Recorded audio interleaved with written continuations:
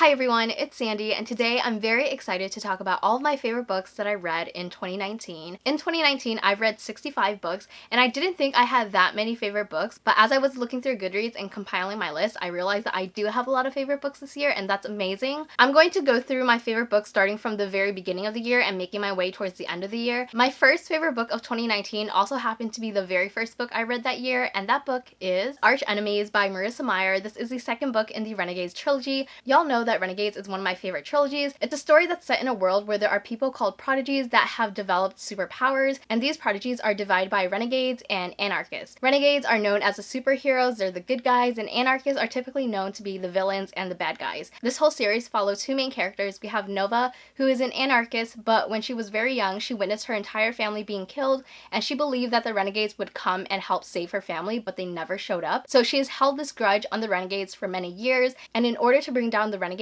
she poses herself as a renegade and infiltrates their headquarters. And this is where she meets Adrian, our second main character. Adrian is a well-known renegade. He's the son to two renegade council members. And so now Adrian and Nova are working together on a team, but Adrian and the rest of the renegades don't know Nova's true intentions, and the story kind of goes from there. I really love books that have characters with powers, and this whole trilogy is just amazing. I do think all the powers in the story is pretty unique. For example, Adrian has a power to draw things and make it come to life, whereas Nova has the ability to put people to sleep by touch, and she also never has to sleep herself. So I think all of the powers are really cool to see. I did read Supernova in 2019 as well, but I do prefer Archenemies over Supernova. This is just such a great sequel with so many action-packed scenes. Adrian also has a secret identity in this book that no one knows about, and so there's a lot of tension between Nova and Adrian and their secret identities. Will Nova's true identity be found out? Will Adrian's secret identity be found out? This was just such an engaging story that kept me on the edge of my seat, and I loved it. This is definitely one of my favorite books that I've read in 2019, and if you have not picked up Renegades yet, I would highly recommend it. Such a great series. My next favorite book of 2019 is The Brightsiders by Jen Wilde. This is a YA contemporary following our main character, Emmy King, and she is the drummer in this pretty popular band. Emmy has been dealing with family issues, and she's recently involved in this type of scandal. The story follows her as she's dealing with all these issues,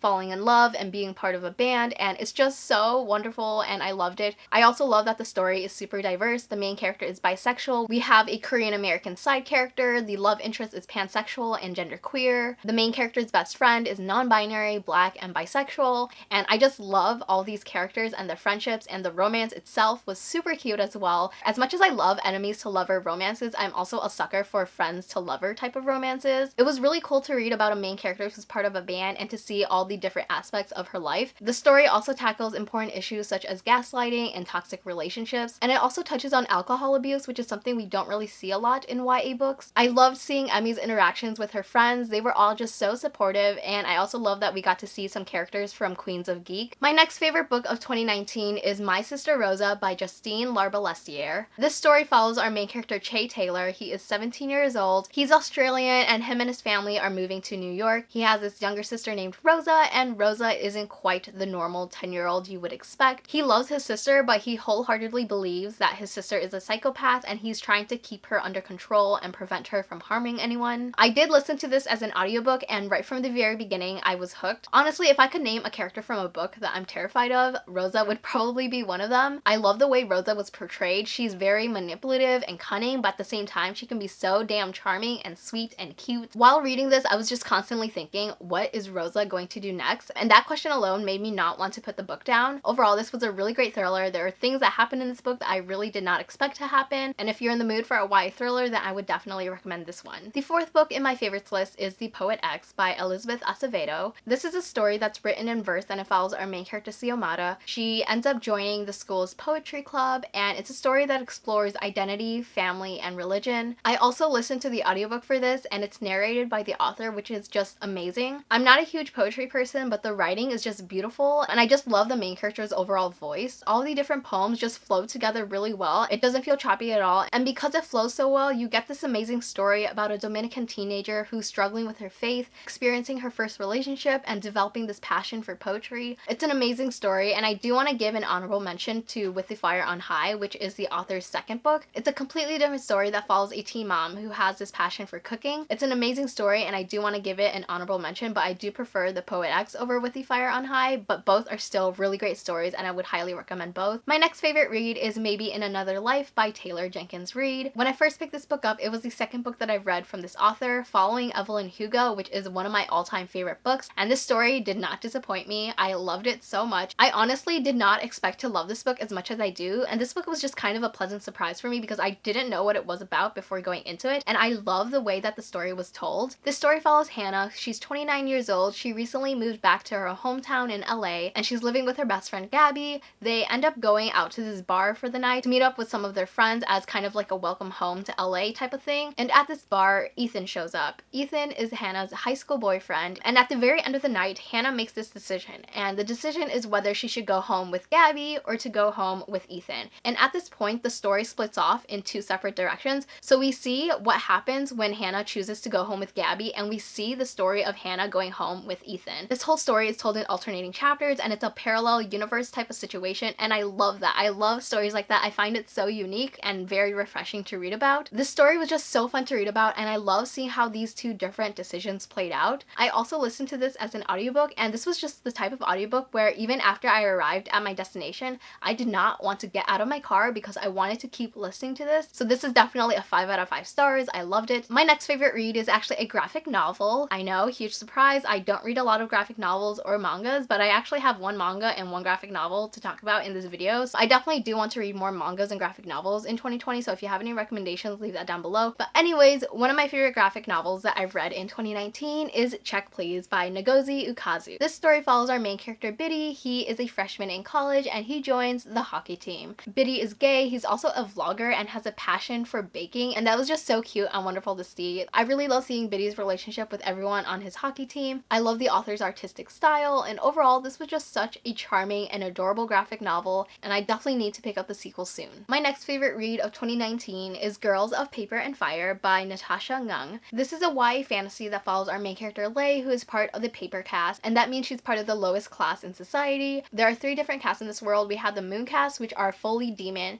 We have the Steel caste, which is half human, half demon, and then the paper caste, which is fully human. So Lei is part of the paper caste, and every year the demon king chooses 8 girls to become his paper girls, and they are essentially his concubines. Lei is chosen to be one of the king's paper girls and is taken from her family and sent to court. However, when she arrives to court, she falls in love with another paper girl. I do want to give a huge trigger warning for sexual assault in this book, and there's also an animal death in here. I really enjoyed seeing the court and political intrigue in here. Most of the story is set within the palace, and I also really love seeing the romance. I did end up reading the sequel to this recently, and I did enjoy that, but I do prefer the first book over the sequel. But overall, I really love the main character. I love the way that she cares for other people, how selfless she is, and how strong she is. If you haven't picked this book up yet, I would highly recommend that you check it out. Another favorite read is Josh and Hazel's Guide to Not Dating by Christina Lauren. This is an adult romance book, and it follows our 2 main characters, Josh and Hazel, and they've known each other since they were in college, but they've never been really close friends or anything. The story is set 10 years after college. Josh and Hazel have finally reconnected with each other, and they come to this agreement where they set each other up on blind double dates. So Josh would find a guy for Hazel, and Hazel would find a girl for Josh, and they would go on a date together. However, most of these dates don't go well, and obviously Josh and Hazel begin to realize that they actually have feelings for each other. I really enjoyed this book. It's told in dual point of views, and I love the 2 main characters. I didn't know much about this book going into it, so I was really surprised to find out that Josh is Korean American, and so I really enjoyed that representation in the story. Also, Josh is just such a sweet and caring cinnamon roll. Hazel is a really quirky character, and I love that about her. I love how she isn't afraid to be who she is, and I really love their chemistry with one another. I think they are great together, and I just really love seeing their relationship develop throughout the story. A lot of people didn't like the ending, and that was like the only thing I knew about this book when going into it, so I was kind of expecting like a worst case scenario, and so when the ending did happen, I didn't mind it as much. It wasn't the ideal ending,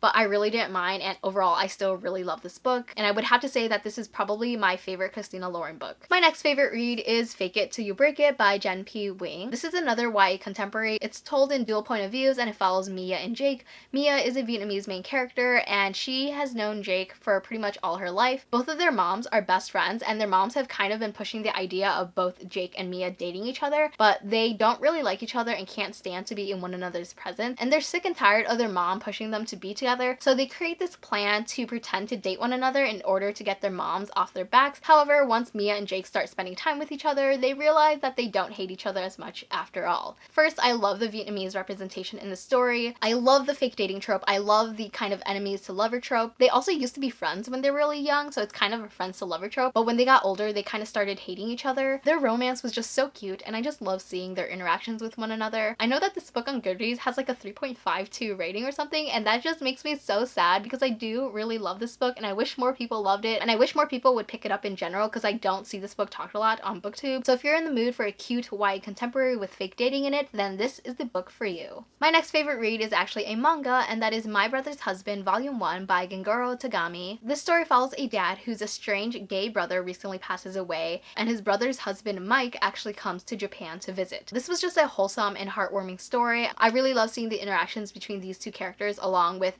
the main character's daughter, Kana. She was just super adorable and cute, and I just really love how accepting she was of others. The story also explores issues of homophobia and stereotypes. It's a really great story, and I definitely need to pick up the sequel soon. My next favorite read is Into the Drowning Deep by Mira Grant. The general synopsis of this book is that 7 years ago, this entertainment company gathered this group of scientists and actors to set off on the ship to film a mockumentary on mermaids. However, the ship eventually lost communication and was found 6 weeks later completely abandoned with no bodies recovered. And so now in the present day, it is now 2022, and a new crew has been assembled in order to seek answers as to what happened 7 years ago. I don't read a lot of horror books, but this book was terrifying and I loved it. It was very terrifying, but it was so fascinating to learn about the mermaids in the story. The story was definitely suspenseful. It kept me on the edge of my seat. I was constantly wanting to know what would happen next. I also really appreciated the different representations in the story. One of the main characters is Tori, and her sister was actually on the ship 7 years ago. And Tori wants to know what happened to her sister. She's also a bisexual marine biologist, so that's super cool. There are characters who's deaf, there's another character who experiences chronic pain, and there's another character who I believe is on the autism spectrum. I do want to give trigger warnings for violence, death, blood, and gore. The story can be pretty graphic at times, and I think this is such a perfect story to be adapted into some sort of movie or TV show. I also haven't heard anything about the sequel, so if any of you have read this book or know anything about the sequel, please let me know because I'm dying to know what happens next, but I just really haven't heard anything about the sequel. My next favorite read is I Wish You All the Best by Mason Deavor. This is a book that follows our main character Ben, who is non-binary, and after coming out to their parents, they are kicked out of their home. Ben ends up moving into their estranged sister's home and transferring to a new school, and at this new school, Ben meets Nathan and begins developing feelings for him. I love Ben and Nathan, and I love their relationship. I love how supportive they were of one another. I love how Nathan was immediately super welcoming to Ben and trying to include them in his current friendships. I just love seeing their friendship develop throughout the story and seeing how that eventually turns into a relationship. I love their connection and the slow burning romance between them. I also really enjoyed seeing Ben's passion for art in the story and seeing how that's incorporated throughout the novel. I also really love seeing Ben's relationship with their sister. Ben and their sister weren't really in touch for the past few years because their parents actually disowned the sister, and so they just haven't really kept in touch. I do want to give trigger warnings for misgendering, transphobia, homophobia, anxiety, depression, panic attacks, and parental abandonment / being kicked out of one's home. I love that Ben's sister immediately took them in and made sure to do anything that she could to make them feel safe and accepted. Overall, this was just an incredible and important own voices story. My next favorite read is Criers War by Nina Varela. This story is told in dual point of views following Ayla, who is a human, and Crier, who is an automa, aka a mechanical being / android. And in this world, these androids rule society and they are considered to be the upper class while the humans are the lower class, and they serve all these mechanical beings. One of my favorite things about this book is the slow burning enemies to lover sapphic relationship between Crier and Ayla. It was just so beautiful and angsty and captivating, and I loved reading every second of it. I also thought the world was really fascinating. Crier is actually the daughter to the sovereign, and I really enjoyed reading about the political stuff in the book. I found that to be really fascinating. This story deals with themes of oppression and privilege and what it means to be human, and I just did not want to put it down, and I can't wait for the sequel to come out. My next favorite read is The Gilded Walls by Roshani Chokshi. This is a YA fantasy that takes place in 1889 and it's set in Paris. It follows a group of characters that come together to hunt down this ancient artifact, and it was just so good. I honestly didn't have super high expectations going into the story because I've heard mixed reviews on it,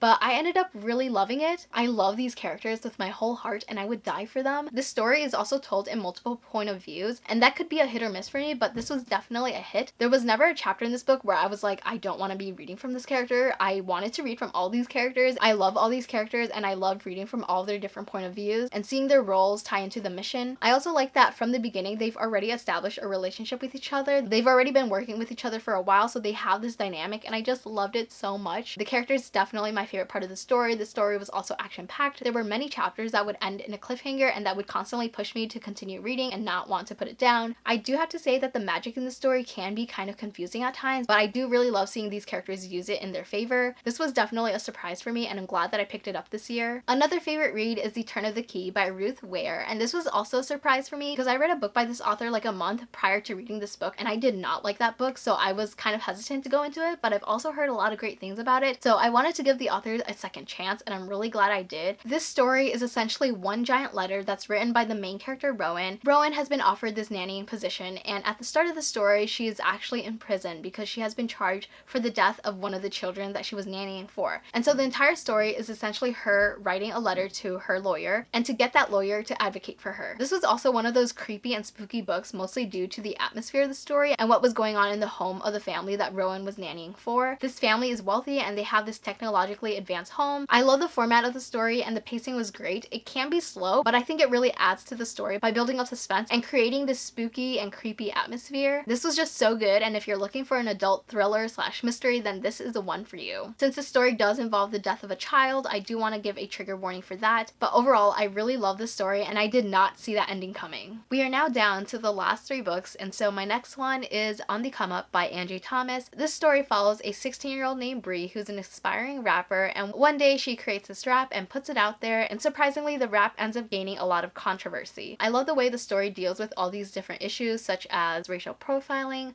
gang violence, drugs, addiction, and poverty. I especially love seeing Bree's relationship with her mom. They live in a single parent household and her mom's actually in recovery from a drug addiction. I also really enjoyed seeing her friendship with Sunny and Malik. Sunny is gay, and I really enjoyed the little subplot that we got surrounding his character. The story is also very easy to read and easy to get wrapped up in. My next favorite read is Girl Made of Stars by Ashley Herring Blake. This is a story that follows our main character Mara, whose twin brother Owen rapes one of her closest friends, Hannah. So throughout the story, Mara is dealing with this inner conflict of her wanting to believe her brother's innocence, but also knowing that she should always believe the survivor. And she's also dealing with some past trauma throughout the story as well. This story was just so heartbreaking and powerful, and it's definitely a must read. I love that it creates this discussion on rape culture. As for representation, Mara is bisexual, and her best friend / ex-partner Charlie is non-binary. And the last book that I'm going to be talking about in this favorites video is Wicked Fox by Kat Cho. This book takes place in modern day Seoul, and it follows the main character Mi Young, who is a gumiho, also known as a nine-tailed fox. In order to survive, she consumes the energy of men. One day she encounters the other main character, Ji-hoon. She saves him from being attacked by this goblin, and as a result she loses her fox speed because she revealed to him that she's a gumiho, and she needs this fox speed in order to survive. So throughout the story, she is developing this relationship with Ji-hoon, but also trying to reclaim her fox speed. I love seeing Mi Young and Ji-hoon's relationship develop. I thought that they were so cute,